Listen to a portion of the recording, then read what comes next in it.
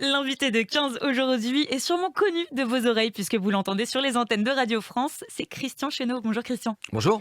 Christian, tu es grand reporter, spécialiste du Moyen-Orient. On a la chance d'avoir un petit peu de temps devant nous pour essayer de comprendre comment et pourquoi le conflit au Proche et au Moyen-Orient prend la tournure qu'on connaît aujourd'hui.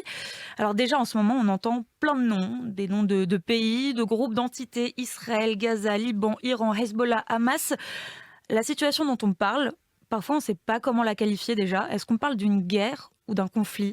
Là, on parle de guerre régionale, hein. Alors, on va revenir un peu en arrière, Mhm. dézoomer, entre guillemets. Oui.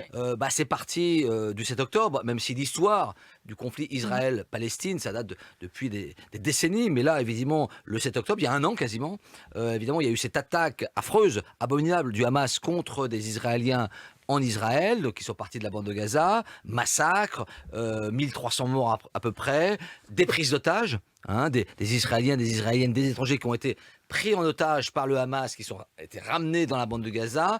Et depuis, on a une espèce de cocotte minute qui a provoqué évidemment la réaction d'Israël qui a quasiment vitrifié la bande de Gaza. Et puis maintenant, un conflit qui déborde, hein. La bande de Gaza, c'est un petit territoire, hein. C'est 360 C'est quoi ? kilomètres. C'est où la bande de Gaza ? C'est au sud d'Israël, coincé avec l'Égypte, 360 km², la Méditerranée, l'Égypte, Israël, 2 millions et demi d'habitants qui vivent quasiment dans une prison à ciel ouvert. Et donc, et le Hamas, donc ce groupe d'obédience des frères musulmans, c'est-à-dire des islamistes palestiniens qui sont au pouvoir depuis 2007. Et donc, voilà, on a une espèce on a une confrontation entre ce groupe et l'armée israélienne. Et pourquoi est-ce que cette région, ça a toujours été une source de conflit ? Pourquoi il y a un conflit historiquement entre le Hamas et l'armée israélienne ? C'est une vaste question Je sais. ancienne, historique, c'est-à-dire faut bien comprendre. La Palestine, entre guillemets, c'est la terre promise des Juifs, hein, dans la Bible, dans la Torah, mais il y a 2000 ans, il y avait les Juifs, et puis après ils sont partis en exode un peu partout dans le monde. Je fais court, hein. Et puis entre-temps, il y a eu les Arabes, etc., qui se sont installés, qui étaient présents. Et donc depuis, en gros, pour faire simple, depuis une centaine d'années, il y a une espèce de concurrence entre les Juifs qui ont été, disséminés dans l'Europe de l'Est, hein, la Russie, la Pologne, et puis les pays arabes, Maroc, Algérie, Tunisie, et qui à un moment donné, parce qu'il y a eu des pogroms à la fin du 19e siècle en Russie, qui se sont dit, on n'est plus en sécurité en Europe, en Russie, on va commencer à se dire, il nous faudrait une patrie, un foyer. Et ils se sont dit, revenons là où tout a commencé, en terre promise, à Jérusalem, d'où le mouvement sioniste, c'est le mont Sion, c'est-à-dire on retourne à la terre promise. Sauf que c'était pas une terre où il y avait personne. Entre-temps, les Arabes sont là, il y a plusieurs religions, c'est-à-dire que les Arabes, ils sont à la fois musulmans et chrétiens, qui sont là, et donc dès le début du XXe siècle, ça a commencé à frictionner quand ce qu'on a appelé le mouvement sioniste, c'est-à-dire les Juifs qui voulaient revenir établir au début un foyer et puis après une patrie, se sont finalement heurtés, confrontés avec les habitants arabes qui étaient là aussi depuis 2000 ans. Et là, il y a une concurrence pour une terre. Et pourquoi Gaza ? Qu'est-ce que ça symbolise Gaza là-dedans ? Alors Gaza, faut bien comprendre que Gaza, c'est la Palestine, pour les Palestiniens, les Arabes, il y a deux parties.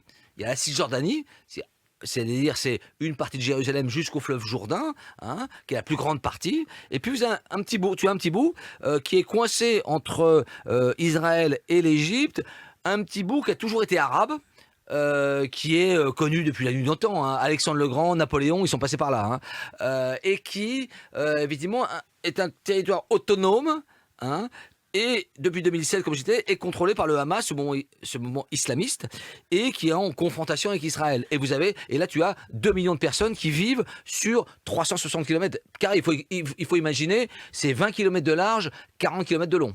Et donc tu l'as dit, il y a un an, il y a eu pas une aggravation, mais en tout cas c'est une résurgence une attaque sanglante, oui. Une attaque sanglante du Hamas contre Israël, ce qui a créé une résurgence en tout cas des attaques israéliennes sur la bande de Gaza. Mais depuis plusieurs semaines, il y a d'autres noms qui surgissent. Israël s'en est pris au Liban avec les explosions des beepers, au Hezbollah libanais plus qu'au Liban, mais l'armée de l'État hébreu cible le sud du Liban. Pourquoi le Liban ? Qu'est-ce que ça vient faire là-dedans ? Alors, le Liban, Liban, ça a toujours été, comment dire, un objectif. Je veux dire, il y a toujours eu comment dire, une guerre quasiment permanente depuis de nombreuses années. Alors, quand Israël s'est créé en 48, hein, il y a beaucoup de Palestiniens qui sont partis autour, beaucoup en Jordanie, donc de l'autre côté du Jourdain, certains en Syrie et beaucoup au Liban.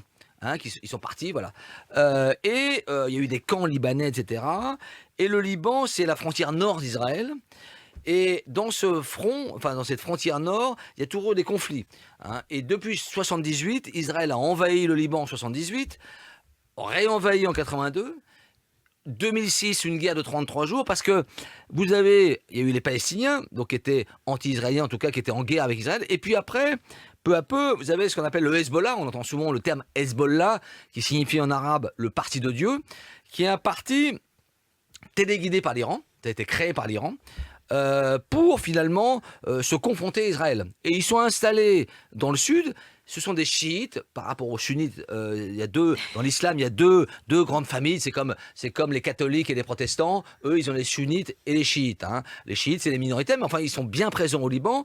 Et depuis 82, il y a une guerre quasiment permanente entre le Hezbollah au sud et Israël. Et aujourd'hui, Israël voudrait se débarrasser de cette menace. Et pourquoi est-ce qu'il y a quelques semaines, il y a eu cette explosion de Beeper qui a mené à une intensification des attaques vraiment terrestres enfin pas encore terrestres, mais en tout cas aériennes et très sanglantes entre le Liban et Israël. Pourquoi, là, il y a quelques semaines, il y a un mois? Ce qui s'est passé, c'est que Benjamin Netanyahou, qui est le Premier ministre d'Israël, a voulu, comment dire, riposter à cette attaque du Hamas du 7 octobre, qui est un vrai traumatisme, hein, pour les Israéliens, parce que il y avait des jeunes qui étaient dans une rave party dans le désert, il y a eu des morts, il y a eu des gens éventrés, etc., des otages. Donc, eux ont voulu réagir. Donc, ils ont réagi sur Gaza. J'allais dire, fortement. Hein. C'est-à-dire qu'ils ont quasiment vitrifié Gaza. Hein. C'est-à-dire on a plus de 40 000 morts, des centaines de milliers de blessés, etc., etc. Et puis, ce qui s'est passé, c'est que le Hezbollah, dont je parlais tout à l'heure, s'est dit, moi, je suis solidaire avec les Palestiniens, donc je vais commencer à attaquer Israël. Donc, ils ont commencé à relancer des roquettes, des missiles sur Israël. Israël a riposté. Et de fil en aiguille, le conflit s'est un peu, comment dire, amplifié. Et là, aujourd'hui, Israël a quasiment terminé, je vais dire, sa destruction de Gaza, et se dit, au nord, j'ai un danger qui me menace toujours, qui s'appelle le Hezbollah. Et donc, c'est peut-être le moment, je vais dire, de le tordre le cou. Et ils ont, depuis des années, avec les Mossad, le service de renseignement israélien, ils ont infiltré les rangs, et là, ils ont eu l'occasion, je vais dire, de décapiter toute la direction du Hezbollah, et donc le Cher Nasrallah, le chef, et tout son état-major. Et donc tu l'as dit, il y a donc un lien entre le Hezbollah et l'Iran, parce que là, récemment, cette semaine, l'Iran a mené des frappes contre Israël. J'allais te demander pourquoi, mais donc c'est en lien avec le Hezbollah, c'est ça ? Le Hezbollah, et pas seulement. C'est-à-dire au début de l'été, au début du mois d'août, le nouveau président Massoud Pezeshkian, qui est le nouveau président iranien élu, hein, qui a été élu au début de l'été, faisait une sorte d'intronisation officielle. Donc tous les leaders du monde venaient, et il y avait le leader du Hamas palestinien, qui s'appelle Ismaël Haniyeh, qui est un des représentants du Hamas à Gaza, était censé représenter les Palestiniens à Téhéran. Et là, les Israéliens l'éliminent. Hein. Explosion en territoire iranien. Pour les Iraniens, c'est une humiliation, parce qu'on ne tue pas les gens comme ça sur son territoire. Évidemment, Israël n'a pas revendiqué, mais on sait bien que c'est les services israéliens. Et donc, les Iraniens se sont dit, qu'est-ce qu'on fait? Alors, ils se sont dit, est-ce qu'on riposte tout de suite ou pas? On sait qu'il y a eu des pressions des Occidentaux, ne ripostez pas trop vite, parce qu'on va faire une trêve à Gaza. Et puis, au bout d'un moment, donc, il y a eu ce leader palestinien tué en Iran. Ces liquidations à Beyrouth du chef du Hezbollah, qui est donc très proche de l'Iran, et dans son bunker, il y avait un général iranien qui était là. Et là, l'Iran s'est dit, là, on peut plus rester les bras croisés. C'est-à-dire qu'on a eu Ismaël Haniyeh, il y a eu d'autres frappes avant, il y a eu pas mal de choses, hein, mais symboliquement, si on accepte ça, en gros, on va se faire dévorer tout cru, hein, par les Israéliens. Donc, il faut réagir. Alors, on va pas réagir n'importe comment. On va lancer des missiles sur des cibles militaires. Et c'est ce qu'ils ont fait. Ils ont tiré 200 missiles sur des cibles militaires en Israël. On entend donc beaucoup de noms, Israël, Liban, Liban, Iran. Iran, Hezbollah. Et en vérité, il y a combien de fronts aujourd'hui? Est-ce qu'il y a seulement ces 3 pays impliqués ou est-ce qu'il y en a d'autres? Ah non, alors ce qui est intéressant, c'est que le Premier ministre israélien, Benjamin Netanyahu, a dit qu'il y avait Israël est en guerre sur 7 fronts. Alors les fronts, on va les dire, la bande de Gaza, qu'on a expliqué, la Cisjordanie occupée, qui est l'autre partie de la Palestine, donc Jérusalem-Est, plus Ramallah, jusqu'au Jourdain, le Liban, on vient d'en parler, la Syrie aussi, parce qu'il y a aussi des groupes pro-iraniens qui sont là, l'Irak, l'Iran, et le dernier, on en parle peu, c'est le Yémen. Alors au Yémen, vous avez des groupes qui sont pro-iraniens, on l'appelle les Houthis, qui sont des rebelles yéménites, qui sont à Sanaa, dans la capitale historique du Yémen, et qui, eux, depuis déjà plusieurs mois, sont solidaires des Palestiniens, et le manifestent comment? En tirant sur des bateaux de commerce qui vont à Eilat dans le port israélien ou qui passent par le canal de Suez, ou en tirant directement des missiles sur Eilat et sur les Israéliens. Donc là, on a 7 fronts, c'est-à-dire que l'armée israélienne est aujourd'hui engagée sur 7 fronts militaires. Est-ce que ce serait possible que tous ces fronts-là, contre lesquels Israël est engagé, se retournent contre lui? Et qu'est-ce que ça signifierait en termes de... comment dire, de qualification de ce conflit? C'est-à-dire qu'encore une fois, on est toujours dans une guerre régionale, parce que 7 fronts dans la région, c'est une région. Ce qui peut être craindre, c'est que tous ces fronts s'amalgament et opèrent ensemble au même moment. Et c'est vrai pour les Israéliens, c'est compliqué, parce qu'ils ont plusieurs cibles. Et donc l'armée israélienne, elle est très forte. C'est la plus grande armée au Moyen-Orient, notamment avec ses avions, avec son dôme de fer qui intercepte les missiles. Mais on ne peut pas être en permanence en guerre avec 7 fronts. Donc là, on est à un moment clé de savoir est-ce que Israël va répondre à l'attaque de l'Iran et l'Iran pourrait après répondre d'autres manières avec ses alliés au Liban, en Irak, ou au Yémen, et pourquoi pas aussi les Palestiniens pourraient aussi se soulever. Mais est-ce que l'Iran et ses alliés ont assez de forces militaires, de forces financières pour pouvoir mener une attaque de masse contre Israël? Alors, ils ne vont pas mener une attaque de masse. Alors c'est un peu un terme un peu technique, dans une guerre asymétrique, c'est-à-dire vous avez peu de moyens, mais vous pouvez faire mal. C'est-à-dire que vous n'avez pas besoin d'avions, de chasse, etc., mais un petit commando, un petit missile ici ou là peut faire très mal. Et eux sont dans cette guerre ce qu'on appelle la guerre du faible au fort, c'est-à-dire avec peu de choses, vous pouvez piquer. Et c'est ça la stratégie. Israël, évidemment, a l'arme nucléaire. C'est quand même le pays qui a une arme nucléaire. 110 missiles, 110 têtes nucléaires, qui est soutenue par les Américains, qui donnent massivement de l'aide. Et en face, vous avez donc ces pays, l'Iran et les pays arabes, en tout cas des groupes arabes, qui sont beaucoup moins dotés, beaucoup moins forts, mais qui peuvent couler un bateau, attaquer une base américaine en Irak, on l'a vu, les Iraniens tirer un missile, etc. Donc, on l'a vu, lors de l'attaque des Iraniens en Israël, tout Israël était dans les souterrains et avait peur. L'aéroport était bloqué, etc. Donc, avec peu de choses, vous pouvez aussi faire mal. Tu l'as évoqué, il y a cette aide des États-Unis, cet appui historique des États-Unis à Israël. Là, on en parle beaucoup parce qu'il y a les élections présidentielles aux États-Unis qui arrivent dans un mois. Qu'est-ce que ça pourrait changer, que ce soit Trump ou Harris qui est élu président? Est-ce que ça changerait quelque chose? Oui, ça changerait. En tout cas, on est dans une période un peu vertigineuse, parce que là, on est grosso modo à un mois d'élection. On sent que le Premier ministre israélien, Benjamin Netanyahu, profite finalement de ce vide de la diplomatie américaine. Encore une fois, vous avez Joe Biden, qui est assez vieux, qui est un petit peu, qui sait qu'il n'est plus vraiment président, il ne peut pas vraiment prendre de grosses décisions. Vous avez le nouveau président, est-ce que ce sera une présidente, Kamala Harris ou Donald Trump? Pour l'instant, donc il y a cet appel du vide, pour l'instant.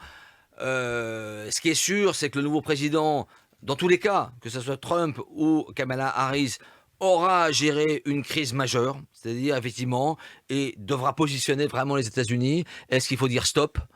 Est-ce qu'il faut soutenir Israël jusqu'au bout?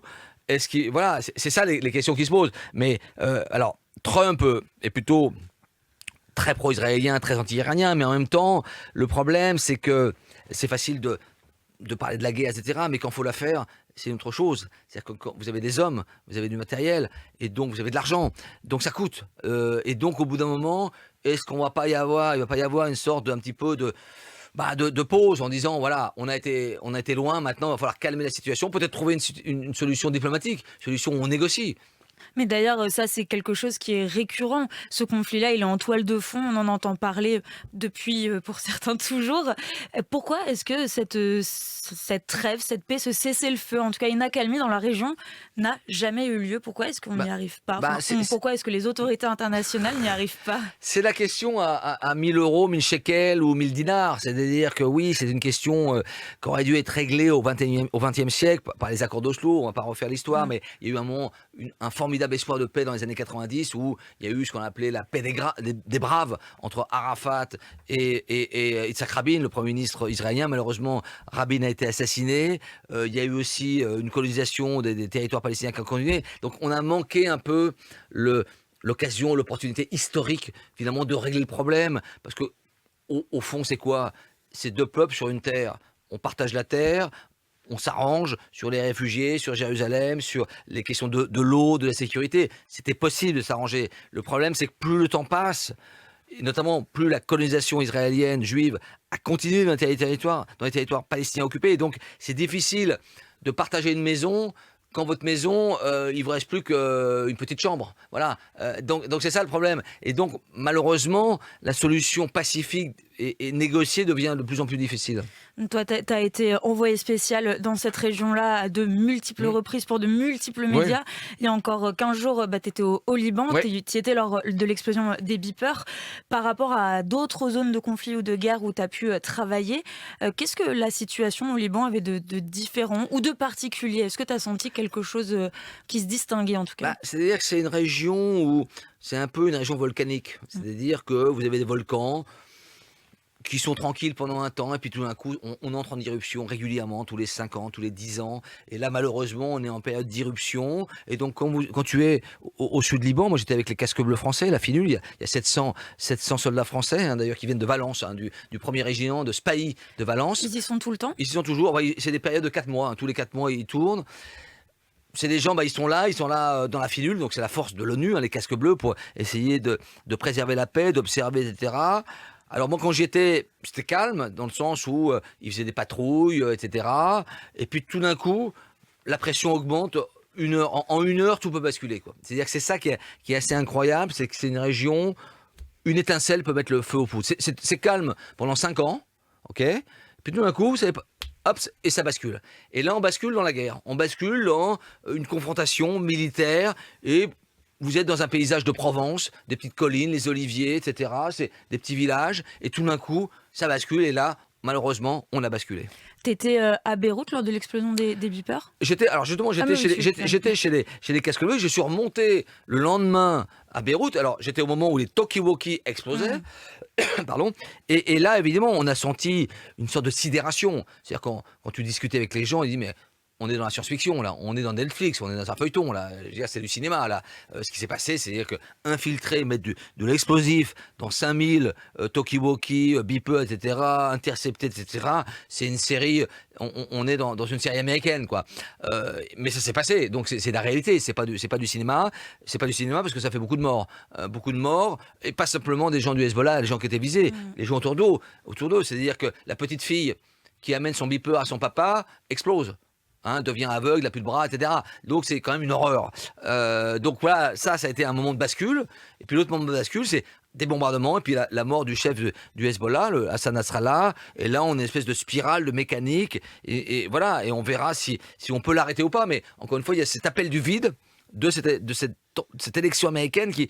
Voilà, les Américains sont paralysés, sont occupés à leurs élections, et entre-temps, bah, Netanyahou est, j'allais dire, sans frein, est dans une fuite en avant. Toi qui connais du coup très bien ce conflit, cette région, est-ce que tu sens une sorte peut-être d'évolution générationnelle de la façon dont cette guerre est envisagée, enfin la jeunesse de cette région, celle qui est née avec ce conflit de façon intégrée, qui a grandi avec notamment le 11 septembre aussi, est-ce qu'elle entend mener les choses différemment, ou au contraire, est-ce qu'il y a peut-être une forme de radicalisation, d'exacerbation des tensions, enfin des dissociations originelles? Malheureusement, je pense que le malheur se transmet de génération en génération. Ça se transmet dans les familles, mais malheureusement dans les peuples. Et là, malheureusement, au Moyen-Orient, on est dans une phase de transmission de la guerre à une autre génération. Parce que là, évidemment, que ce soit au Hamas, les Palestiniens, à la bande de Gaza, ou au Liban avec le Hezbollah, il y a effectivement une génération qui a été éradiquée, mais vous avez la nouvelle génération, j'allais dire 18, 25 ans, bah, qui vont reprendre le flambeau. Quand vous avez toute votre famille qui a été exterminée, et puis aussi côté israélien, c'est-à-dire qu'effectivement, ce 7 octobre qui est terrible, qui est un traumatisme, forcément, ça vous met pas dans une position de faire la paix, mais encore une fois, il n'y a pas de choix. C'est-à-dire que soit c'est une guerre de 100 ans ou de 1000 ans, soit à un moment donné, on arrive à s'entendre. Et alors malheureusement aujourd'hui c'est les armes qui parlent, on est dans la candescence de la crise voilà et c'est tragique parce que quand vous connaissez cette région, moi je me suis baladé, ça fait 35 ans que je me balade dans cette région, je couvre, j'étais voilà en Égypte, en Jordanie, à Beyrouth, partout, à Jérusalem, à Tel Aviv. C'est vrai que c'est une région qui demande qu'à vivre, qu'à prospérer. C'est une région touristique, magnifique pour le tourisme, voilà, et malheureusement qui s'enfonce dans la guerre. Comment tu fais pour continuer à aller sur ce terrain-là alors que tu y as vu et tu y as traversé des moments aussi importants, historiques et dramatiques? Bah, parce que je pense que bah, déjà, alors il y a la passion du journalisme qui est voilà, moi j'ai commencé il y a longtemps, c'est-à-dire, j'ai dit Non, on n'exagère pas. on va pas dire voilà, mais on va pas dire les dates, mais ça fait très longtemps. Mais ce que je veux dire, c'est vrai que c'est pour les journalistes, effectivement, moi j'ai vu cette région muter, j'ai vu des grands désespoirs, des grands espoirs. Encore une fois, il y a un moment donné, on pensait cueillir les fruits de la paix. 93, 94, 95, on était vraiment, on touchait la paix, quoi. Et puis maintenant, cette paix s'est évanouie. Il y a eu d'autres événements. Alors, il faut comprendre qu'au Moyen-Orient, tout est interconnecté. Vous avez la chute de l'Irak en 2003, l'invasion américaine, vous avez Daesh, Al-Qaïda, vous avez des phénomènes autour. Voilà. Et c'est une région qui est très attachante, parce que vous avez des gens qui sont, qui ont envie de vivre. Hein. Je veux dire, ils sont comme tout le monde. Hein. Ils veulent éduquer leurs enfants, ils veulent sortir, ils veulent voyager, voilà. Et ils sont pris dans une espèce d'étau de conflits, de guerres de religion, de guerres de communauté, et puis les Occidentaux qui souvent mettent de l'huile sur le feu aussi, parce que les Occidentaux ont aussi une responsabilité. C'est pas simplement les gens localement, c'est-à-dire que quand vous avez les Américains qui envahissent l'Irak sans mandat de l'ONU, c'est-à-dire complètement illégalement, c'est exactement comme Poutine qui envahit l'Ukraine, vous avez les Américains qui envahissent l'Irak. Et tout ça, ça passe, j'allais dire, café crème. Donc à un moment donné, ce qu'on sent vraiment, et c'est là aussi qui est un peu triste et dommageable, c'est-à-dire qu'on sent au Moyen-Orient, l'Occident, vous êtes gentil, vous nous donnez des grandes leçons des droits de l'homme, vous êtes tranquille là à Paris, voilà. Nous, c'est nous qui subissons ce que vous décidez pour nous, et donc les gens, il y a une forme de lassitude, et les gens sont sont désespérés, mais ne croient plus finalement à l'Occident. C'est-à-dire les valeurs de l'Occident, les droits de l'homme, etc. Ils disent, en fait, les droits de l'homme, c'est pour vous les Européens, les Américains, puis pour nous les Arabes, bah non, nous on n'a rien, nous. Est-ce que, c'est toi qui l'as dit, pas moi, quand tu as commencé à travailler dans cette région, il n'y avait probablement pas les réseaux sociaux de manière aussi répandue. Non, ça n'existe pas. Voilà, non, je voulais pas te ça n'existe pas. Est-ce que tu sens maintenant que c'est généralisé, hein, Internet, les réseaux sociaux, etc., que ce sont des outils d'une manière ou d'une autre? Est-ce que c'est davantage des outils d'information, de désinformation, de propagande? Quel rôle jouent les réseaux sociaux dans le conflit au Proche et Moyen-Orient, notamment avec les forces israéliennes? Rôle majeur. Même, j'allais dire, même plus que majeur. C'est-à-dire que moi, quand j'ai commencé, j'étais à la machine à écrire, il n'y avait pas de téléphone portable, il n'y avait quasiment même pas d'internet. Voilà, c'était la préhistoire. Hein, voilà. Non mais voilà. Et puis après, évidemment, les réseaux sociaux sont arrivés, surtout depuis 10-15 ans, et c'est vrai que ça change tout. Ça change tout. Pourquoi? Parce qu'on vit en direct. C'est-à-dire que sur votre portable, tout vous arrive. Alors évidemment, des informations, de la désinformation, de l'intox, et c'est vrai que là pour le coup il y a un vrai sujet d'éducation sur ce qu'on voit, c'est-à-dire qu'il faut jamais prendre tout pour argent comptant, mais c'est vrai que voilà, vous êtes à Paris, on est ici à Paris, sur votre portable, vous pouvez voir ce qui se passe, le dernier bombardement à Gaza, au Liban, et vous le voyez avec des images de vidéo, parce que ça, cet instrument, c'est-à-dire le téléphone portable, ça a tout changé, y compris pour nous journalistes, c'est-à-dire que vous vivez le monde en direct, c'est le village global. Et il faut savoir aussi, les gens ne le savent peut-être pas, mais les jeunes au Moyen-Orient sont hyper connectés. Donc ils ont tous du portable, et donc ça scroll, on est tous, voilà. Donc ils sont comme nous, hein, je veux dire, c'est pas. Et donc là il y a un monde global. Donc l'information qui est produite par un Gazaoui qui est à Paris, qui montre un bombardement ou sa maison qui a été bombardée, qui filme avec son portable, toute la planète va la voir dans les 2 minutes. Est-ce que ça peut participer peut-être à une exacerbation des différends Bien chez sûr. les civils, hein, évidemment, entre les Bien sûr. différents partis d'ailleurs? Exactement, mais y compris pour les Israéliens, c'est-à-dire quand ils montrent effectivement les images affreuses du 7 octobre, forcément. Donc le problème, et c'est ça qui est un peu le travers, c'est qu'on est dans une forme d'hystérisation et surtout d'émotion à court terme. C'est-à-dire évidemment, chaque personne, chaque être humain qui meurt, qui est massacré, que ça soit sous le Hamas, sous des bombes israéliennes, c'est un drame absolu. Le problème, c'est qu'il y a plusieurs problèmes. Vous avez une avalanche d'informations, c'est-à-dire qu'au bout d'un moment, vous avez tellement d'informations atroces. C'est-à-dire que vous regardez les réseaux sociaux, c'est atroce. C'est-à-dire que là, il n'y a pas de filtre. Donc, au bout d'un moment, vous pouvez dire, j'en peux plus, quoi. Il y a un moment donné, une espèce de rejet, tout ça, ça ne nous concerne pas, et nous, il y a une espèce, on se met dans notre bulle. Donc ça, c'est un peu gênant, parce que ça veut dire qu'après, on va refuser de voir la réalité. Mais elle existe. On peut pas, c'est-à-dire que les réseaux sociaux sont aussi la réalité. Mais le problème, c'est qu'il n'y a pas de filtre. Et parfois, il y a de la désinformation.